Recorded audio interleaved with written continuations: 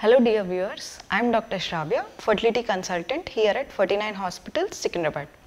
ఇవాళ మనం ఒక ఇంపార్టెంట్ టాపిక్ గురించి డిస్కస్ చేసుకుందాం. How to improve your egg quality. అంటే అండాశయాల నుంచి విడుదలయ్యే ఎగ్ దీని యొక్క క్వాలిటీని మనం ఏ విధంగా ఇంప్రూవ్ చేసుకోవచ్చు న్యాచురల్గా అనే దాని గురించి డిస్కస్ చేద్దాం.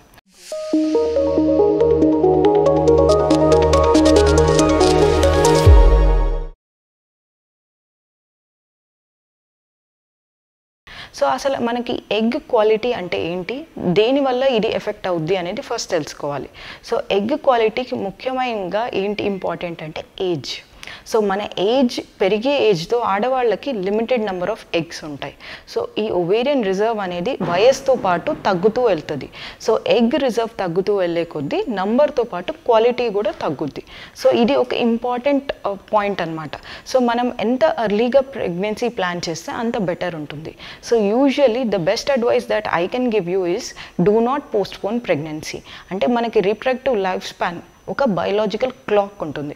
సో ఈ biological clock is always ticking. So ఈ క్లాక్ అనేది మనకి ప్రోగ్రెస్ అయ్యే కొద్దీ ఎగ్ నంబర్స్ అండ్ క్వాలిటీ తగ్గుద్ది. సో ఐడియల్లీ ఏంటంటే ఏజ్తో పాటు ఎగ్ క్వాలిటీ తగ్గుద్ది కాబట్టి if you do not postpone pregnancy the chances of conceiving naturally అంటే ప్రెగ్నెన్సీ న్యాచురల్గా కన్సీవ్ అయ్యే ఛాన్సెస్ మెరుగ్గా ఉంటాయి. సో ఇది కాకుండా మన ఎగ్ క్వాలిటీని ఎఫెక్ట్ చేసే ఫ్యాక్టర్స్ ఏంటి, మెయిన్గా వీటిని 4 పార్ట్స్గా డివైడ్ చేయొచ్చు. సో ఒకటి ఏంటి అంటే హార్మోనల్ డిస్టర్బెన్సెస్. సో ఫస్ట్ది హార్మోనల్ డిస్టర్బెన్సెస్. హార్మోనల్ డిస్టర్బెన్సెస్లో మెయిన్గా పీసీఓఎస్, థైరాయిడ్, ప్రోలాక్టిన్ ఇట్లాంటి హార్మోన్స్ నుంచి ప్రాబ్లమ్స్ ఉంటాయి. సో పీసీఓఎస్ అంటే పాలిసిస్టిక్ ఓవరీస్. సో పీసీఓఎస్ సమస్యతో బాధపడుతున్న వాళ్ళు, లేదా హైపోథైరాయిడిజం అంటే థైరాయిడ్ సమస్యలతో బాధపడుతున్న వాళ్ళు, లేదా ప్రొలాక్టిన్ బ్రెయిన్ నుంచి ఇంకొక హార్మోన్ ప్రొడ్యూస్ అవుద్ది ప్రొలాక్టిన్ అని. ఇది కూడా మనకి బాడీలో మన రీప్రొడక్టివ్ ఫంక్షన్ అంటే ప్రెగ్నెన్సీ నిలిచే కెపాసిటీని ఎఫెక్ట్ చేస్తుంది. సో ఈ ప్రొలాక్టిన్ సమస్యలతో బాధపడుతున్న వాళ్ళకు కూడా ఎగ్ క్వాలిటీ అనేది ఎఫెక్ట్ అవుద్ది. సో ఇది కాకుండా హార్మోనల్ డిస్టర్బెన్స్ కాకుండా ఇంకొక ఇంపార్టెంట్ ఫ్యాక్టర్ ఏంటంటే డైట్. సో డైట్ ఈ కాలం మనం రెగ్యులర్గా తీసుకుంటున్న డైట్స్లో రిఫైన్డ్ కార్బోహైడ్రేట్స్ అంటే maida or processed carbohydrate diet ఎక్కువ అవుతుంది. అదే కాకుండా trans fats, unsaturated fatty acids and వీటితో పాటు మనం తీసుకుంటున్న ఆయిల్, ఫ్రైడ్ ఫుడ్స్, సో దీనివల్ల ట్రాన్స్ ఫ్యాట్స్ ఉన్న ఫుడ్స్ ఎక్కువ తింటున్నాం. ఇదే కాకుండా ఈవెన్ ఫ్రూట్స్ అండ్ వెజిటబుల్స్లో కూడా పెస్టిసైడ్స్ ప్రమాణం ఎక్కువగా ఉంటుంది. సో దీనివల్ల డెఫినెట్లీ మన ఫర్టిలిటీ, మన ఎగ్ క్వాలిటీ ఎఫెక్ట్ అయ్యే ఛాన్సెస్ ఉంటుంది. సో ఇదే కాకుండా టొబాకో అనేది ఎంత ఇంపార్టెంట్ అంటే ఈవెన్ అంటే స్మోకింగ్ అనేది ఆడవాళ్ళలో తక్కువగా చూస్తామనుకుంటాం. సో స్మోకింగ్ లేకపోయినా ప్యాసివ్ స్మోకింగ్ అంటాం. అంటే మనం స్మోక్ అట్మాస్ఫియర్కి ఎక్స్పోజర్ ఉన్నా ఆర్ పొల్యూటెడ్ అట్మాస్ఫియర్కి ఎక్స్పోజర్ ఉన్నా మనకి ఎగ్ క్వాలిటీ మీద డెఫినెట్లీ ఎఫెక్ట్ ఉంటుంది.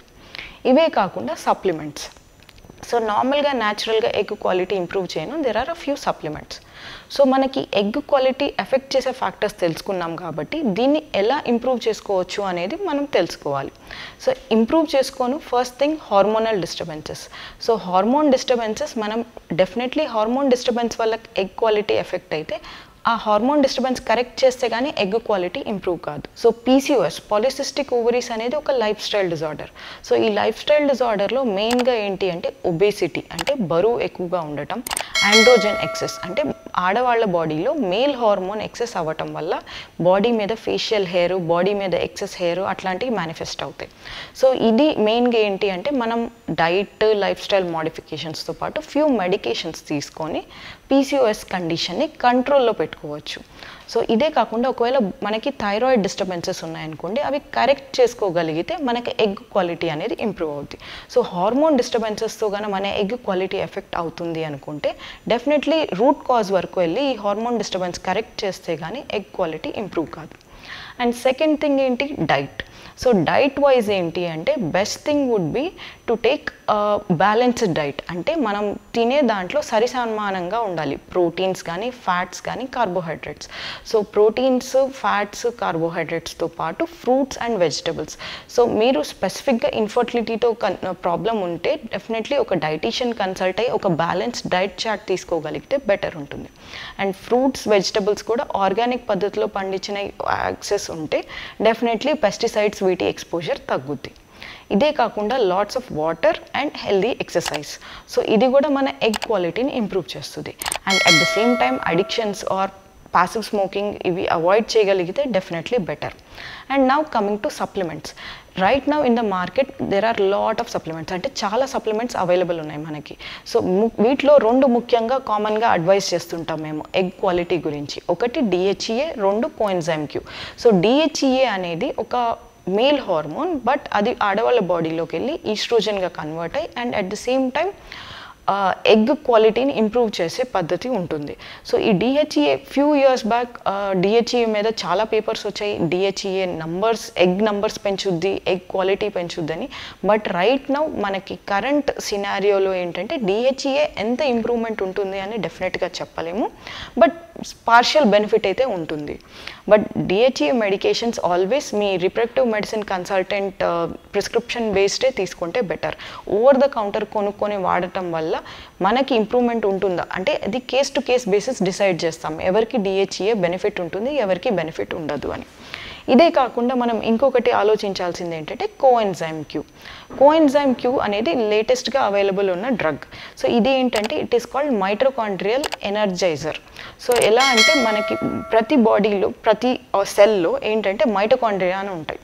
సో అలాగే ఊసైట్ అంటే ఎగ్, స్పర్మ్స్లో కూడా మైటోకాండ్రియా ఉంటాయి. సో ఈ mitochondria are nothing but powerhouse of the cell అంటాం. అంటే మనకి ఈ మన సెల్ ఫంక్షన్స్ అన్నిటికీ ఎనర్జీ ఇస్తుంది.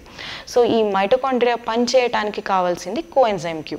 సో ఈ కోఎన్జైమ్ Q అనేది ప్రాబ్లం ఉన్న సప్లిమెంటేషన్ అవసరమైతే మనం బయట నుంచి టాబ్లెట్ రూపంలో సప్లిమెంట్ చేయగలిగితే ఎగ్ క్వాలిటీ ఇంప్రూవ్ అయ్యే అవకాశం ఉంటుంది. But mind you, all supplements should be taken, అంటే మీ డాక్టర్ ప్రిస్క్రిప్షన్తో తీసుకుంటేనే బెటర్ ఉంటుంది. అండ్ ఈ సప్లిమెంట్స్ కూడా తీసుకున్న వెంటనే ఇమీడియట్లీ 1 మంత్లో ఎఫెక్ట్ ఉండకపోవచ్చు. Minimum duration required is some 2 to 3 months. అంటే మనం ఒక 2 to 3 months వాడిన తర్వాతే మనకి బెనిఫిట్ కనిపించచ్చు.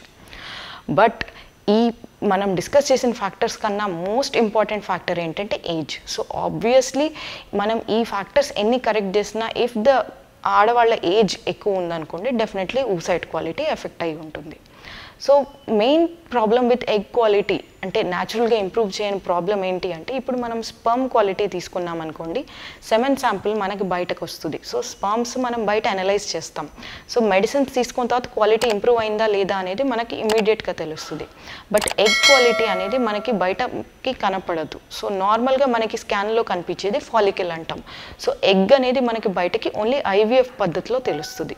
సో ఎగ్ క్వాలిటీ మీద రీసెర్చ్ అనేది చాలా లిమిటెడ్గా ఉంటుంది. సో మనం తీసుకునే మెడిసిన్స్, మనం తీసుకునే డైట్ వల్ల ఎంత ఇంప్రూవ్ అయింది అనేది డెఫినెట్గా చెప్పటం అనేది కష్టం.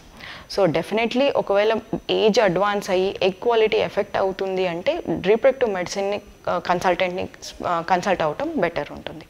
Hope you understood something from this video. Thank you.